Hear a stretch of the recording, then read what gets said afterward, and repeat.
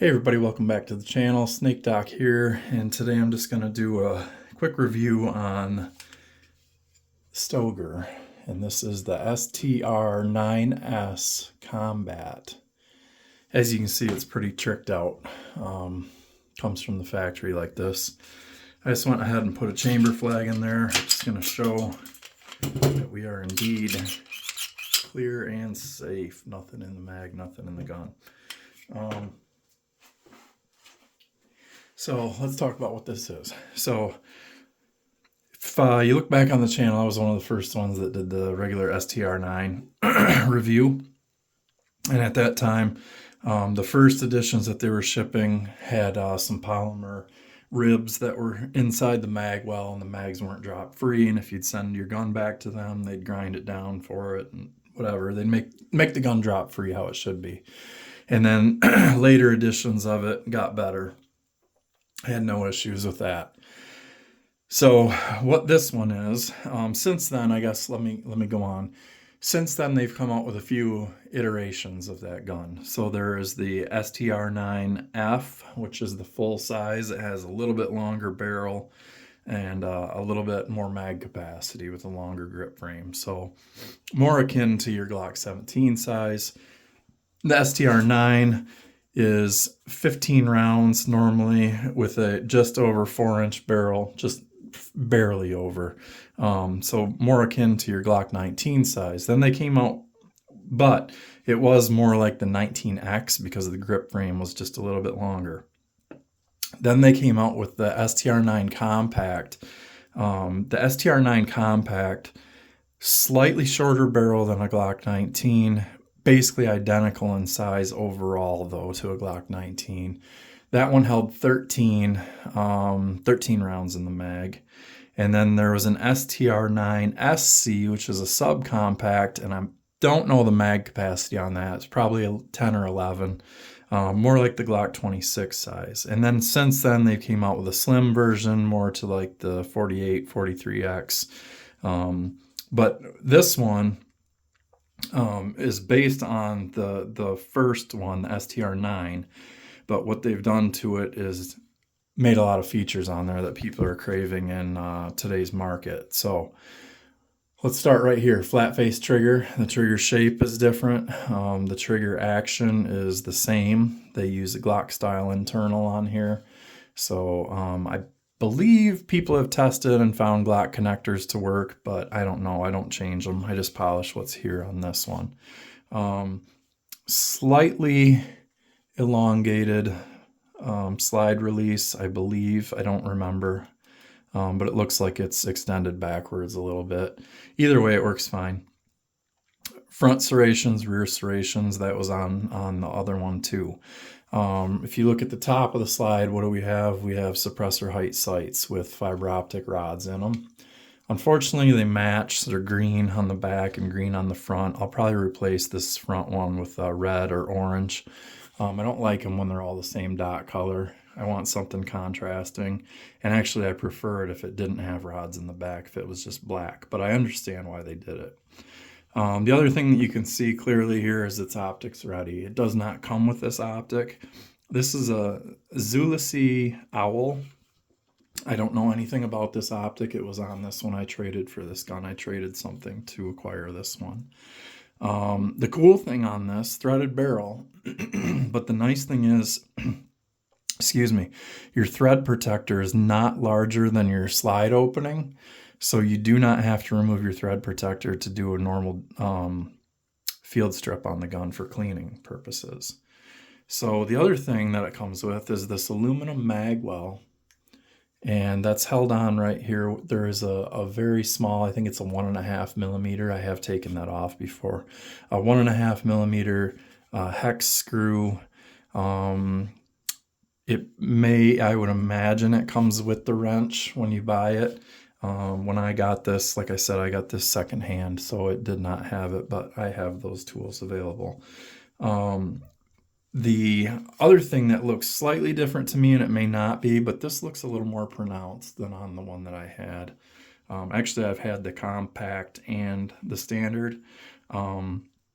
And the other thing I made a video on, and you'll see I did it to this one too, is I shaved down the pyramids on the back strap and stippled it to match the rest of the grip.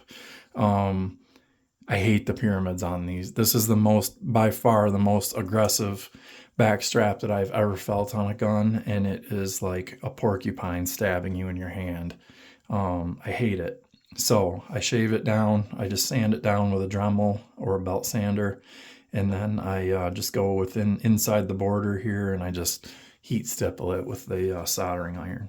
So works great. There is no magazine disconnect. You can see right here on the front it says fires without magazine. What else can I tell you? I think it's a fantastic ergonomic pistol. It fits my hand excellent, and the fact that it is a I'll call it a mid-size gun. Obviously, you know, the extended everything that's on this makes it more like a large size gun, but the grip size is perfect. Whereas when you get into like the compact or the subcompact, obviously I would have some issues with my pinky. The other thing is having this mag well, it really locks my hand into place, so it feels really nice. Let's show the trigger action, and then I'll talk about the magazine. So here's the staged position here. You can see how it kind of kicks forward. There is your wall. So it's pretty easy to once you can look right here, you can defeat that safety trigger. It does have that, you know, blade in the middle like most strikers do. So you pull here, once you're at your wall, there's some mush and there's a sweep break. So it is a very nice trigger. Here's your reset. Awesome reset. Kicks out nice and firm. And we're right here at the firm wall. I think what happens, let me show you. So once it's staged like this, I think that movement right there is pushing up the striker block, because I can feel and I can hear. I'm pretty sure that's pushing the striker block up. So here, then the break. Staged, break. So you can see how it rolls just a little. It's such a nice trigger. Fully adjustable sights here. You can see they have hash marks there for windage, and then your elevation is done right here. So let's see if I can get you a sight picture. I think, see if the dot turned on right there. You can see it's a nice co-witness. As you guys know, Stoeger is, I hope you know, is a subsidiary of Beretta. If you look at this gun, this is kind of reminiscent of the APX A1. You can see where the APX A1, which is the newest version of the APX, has kind of taken some of the things like the front and rear serrations, as opposed to the old bars that went fully up and down the slide on that. There is a rumor that Beretta does the barrels and the slides for these, and then Stoeger just does the polymer frame and the final assembly and everything else like that. So really nice gun. Backstraps are interchangeable, but it does not ship with the extra ones. This is the medium one installed on it, and I believe there's an M down underneath where that mag well is, or it's on the inside of the grip, I can't remember, but the medium fits perfectly fine. The one that I bought, the first STR-9, I had the other back straps, the small and the large, and I think I just stuck with the medium as well. So no issues with that. This one that I got came with 3 mags. I think the Combat should come with 3 mags. I don't quote me on that, but I think it does. And you can see they have this extended base plate, which gives you, believe it or not, 5 more rounds in here. So these are 20-round magazines. So you can see the standard would be 15. There would still be room. The mag body itself could fit 17 easily. So I don't know if it's a follower thing or what. But these are aluminum base plates, very well made. They're like a parkerized finish, or very matte anodizing, kind of like on an AR-15. So they will show handling marks and things like that, but they should be durable.